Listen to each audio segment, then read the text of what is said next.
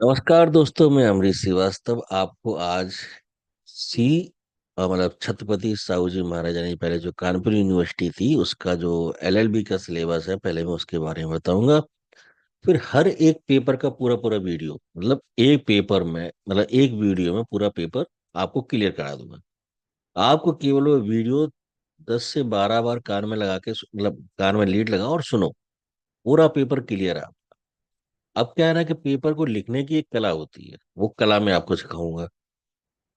देखो, क्या है ना कि एलएलबी कुछ लोगों के लिए कैरियर का क्वेश्चन होता है। कुछ लोग कैरियर में होते हैं और फिर वो एलएलबी करते हैं।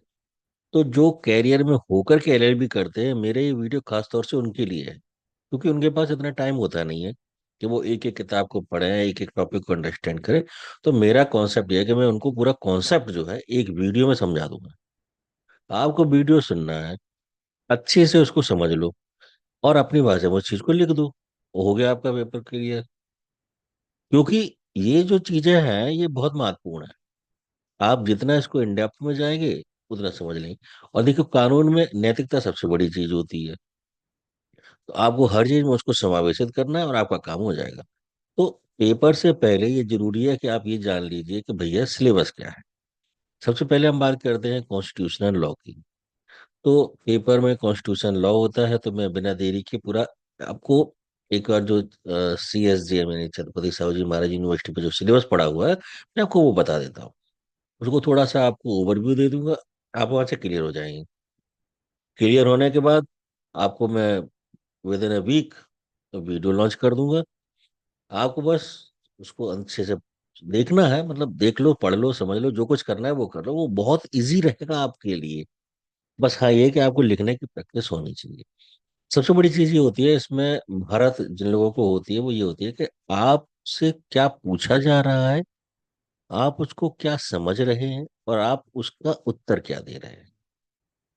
जैसे कई सारे क्वेश्चंस में घुमा फिरा के अगर पूछ दिया जाए तो एक ही बात पूछते हैं, आप भारतीय संविधान से क्या समझते हैं, भारतीय संविधान के मूल तत्व क्या है, भारतीय संविधान किस प्रकार का संविधान है, भारत के संविधान को किन आधारों पर स्थापित किया गया है, भारतीय संविधान की मूल भावनाएं क्या है। अब ये इस तरह के 50 क्वेश्चन बन सकते हैं, लेकिन आपको मूल तत्व पकड़ना है, भारतीय संविधान।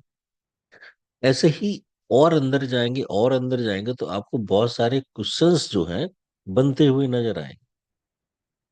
जैसे कई बार एक क्वेश्चन पूछा जाता है कि अगर भारत में कोई एक राज्य जुड़ रहा है या एक राज्य निकल रहा है, तो कौन सी अनुसूची में परिवर्तन होगा, है ना।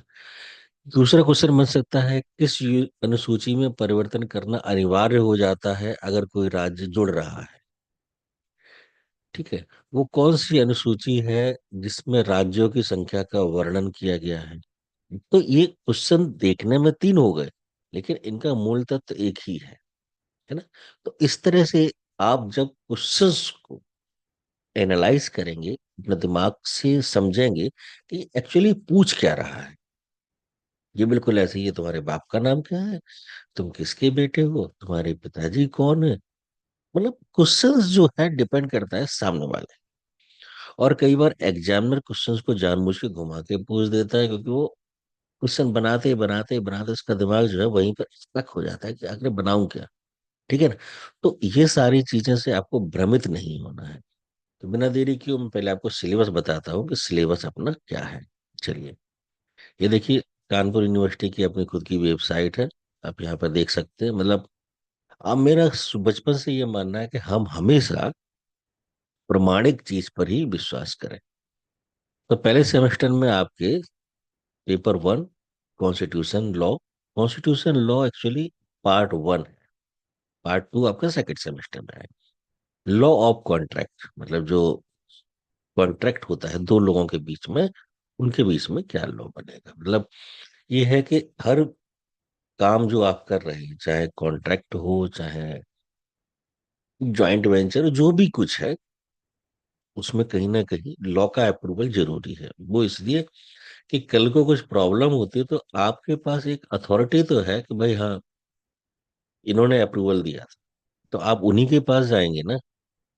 फिर फैमिली लॉ, मतलब इस फैमिली लॉ में मेनली हिंदू लॉ, हिंदू के फैमिली लॉ सेकंड है, उसने मुस्लिम्स का है। लॉ ऑफ क्राइम्स, मतलब इसको हम एक तरह से ये बोल सकते हैं कि एक इंट्रोडक्शन है आईपीसी का, कि कौन सी धाराएं किस किस में सेट होती है। Law of tort, including MV, मतलब motor vehicle accident and consumer protection law. क्या होता है कि हम वाहन चलाते हैं, तो जब हमारी रफ्तार बहुत तेज होती है, तो हमारे ऊपर कुछ नैतिक जिम्मेदारियां भी होती है, मतलब अधिकार है तो अधिकार के साथ में कुछ जिम्मेदारियां भी। तो वही इसमें बताएगा, मतलब पहला जो ये है आपका, ये पूरा मौलिक संरचनाओं के ऊपर आधारित है। अब इसको हम थोड़ा और एक्सप्लेन करते हैं first semester. Characteristic of Indian constitution, मतलब करेक्टरिस्टिक्स को आप ऐसे समझ सकते हैं कि क्या गुण है ना। Special emphasize shall be placed on federal structure and form of government. Federal structure क्या है कि वो अमेरिका की संरचना है, मतलब राज्य है लेकिन वो उनका झंडा अलग है, डंडा अलग है, सब अलग है। पर भारत में क्या है, फेडरल स्ट्रक्चर नहीं है। भारत में क्या है कि एक यूनियन है, भले ही वो यूनाइटेड स्टेट ऑफ अमेरिका हो, तब भी उसमें यूनियंस नहीं है। यूनियंस का मतलब होता है हमें एक दूसरे से जुड़ के चलना है। यानी कि कोई राज्य अगर ये बोले, जम्मू कश्मीर का देखो मामला थोड़ा अलग है, आप लोग सोच रहे होंगे कि उसका झंडा डंडा सब अलग था, और हम क्या बोल रहे हैं, वो अलग चीज है, उसको भी ठीक किया जाएगा आने वाले समय में, सब ठीक हो जाएगा। फॉर्म ऑफ गवर्नमेंट, राज्य मतलब सरकार कैसे बनती है, क्या मतलब चुनाव प्रक्रिया है, कौन अप्रूवल देता है, किसके अधीन ये सारी चीजें बनती है, तो ये सारी चीजें आपको उसमें मिलेगी। यूनियन पार्लियामेंट यानी संसद कैसे बनती है, organisation, procedure regarding enactment of legislation and parliamentary privilege. अब देखिए, कोई संसद सदस्य जिस समय तक सदस्य है, को पुलिस पकड़ नहीं सकती, तो ये प्रिविलेजेस हैं, है ना। यूनियन एग्जीक्यूटिव, मतलब संघ के कार्यकारी, इसमें आपका सबसे महत्वपूर्ण है प्रेसिडेंट। राष्ट्रपति ही संघ का मुख्य कार्यकारी होता है, क्योंकि वो हेड ऑफ द स्टेट होता है। देखो, कभी कभी कभी ये क्वेश्चन ऐसे आता है, who is the head of state and who is the head of government. तो जो प्राइम मिनिस्टर होता है वो हेड ऑफ द गवर्नमेंट होता है, क्योंकि वो बदलता रहता है, गवर्नमेंट बदलती है। पर राज्य नहीं, राष्ट्र नहीं बदलता। तो गवर्नर और president is the head of states, while prime minister and chief minister is the head of government. They can be replaced, है ना। prime minister and the cabinet, is the prime minister real head? तो ये question है, इसी को मैंने पहले बता दिया आपको कि प्राइम मिनिस्टर हेड तो है, लेकिन कैबिनेट का है, गवर्नमेंट का है, बट स्टेट का हमारा राष्ट्रपति ही है। ठीक है ना। दूसरा है distribution of legislative power between union and state. देखो, जब राज्यों का गठन हुआ था तो उस समय भी हमारा दिमाग कहीं ना, मतलब हमारे से मतलब है कि जो संविधान निर्माता था उनका दिमाग बड़ा फ्लक्चुएट था। जहाँ एक तरफ एक स्लेवरी, यानी कि यूके की गुलामी से हम लोग मुक्त हुए थे शारीरिक रूप से, लेकिन मानसिक रूप से हम उनके ही गुलाम थे। हम उनके जैसा ही अपना सिस्टम बनाना चाहते थे, हम उनके जैसा सब कुछ लेकिन वहीं पर कुछ लोगों के दिमाग में चल रहा था कि यूएस इस समय इमर्जिंग चल रहा है, तो हम यूएस का कुछ लें, तो वो यूएस और यूके के चक्कर में जो है बड़ा गड़बड़ रहा, कि हम किसको ज्यादा पावर दें, किसको कम दें। तो जब यूएस की तरफ देखते थे तो लगता था स्टेट के पास पावर होनी चाहिए, जब यूके की तरफ देखते थे तो लगता था केंद्र के पास पावर ज्यादा होनी चाहिए थी। लेकिन हमारे यहाँ क्या है ना, कि उस चीज को बड़ा मध्यम मार्ग की लेकर के चले गए, बोले ठीक है यार, कुछ पावर तुमको दे देते हैं, कुछ पावर तुमको दे देंगे, मिलजुल के रहेंगे। ठीक है। फिर territorial and tropical distribution of powers, सीधी सी बात है, कुछ टैक्स को लेकर के हुई, कुछ विधि निर्माण को लेकर के, कुछ लॉ एंड ऑर्डर को लेकर, कुल मिलाकर के सब में बैलेंसिंग जरूरी है। Power of parliament to legislate on state matters. देखो, अब सीधी सी बात है, पार्लियामेंट में राज्य के भी प्रतिनिधि हैं, या बोले तो राज्य के ही प्रतिनिधि।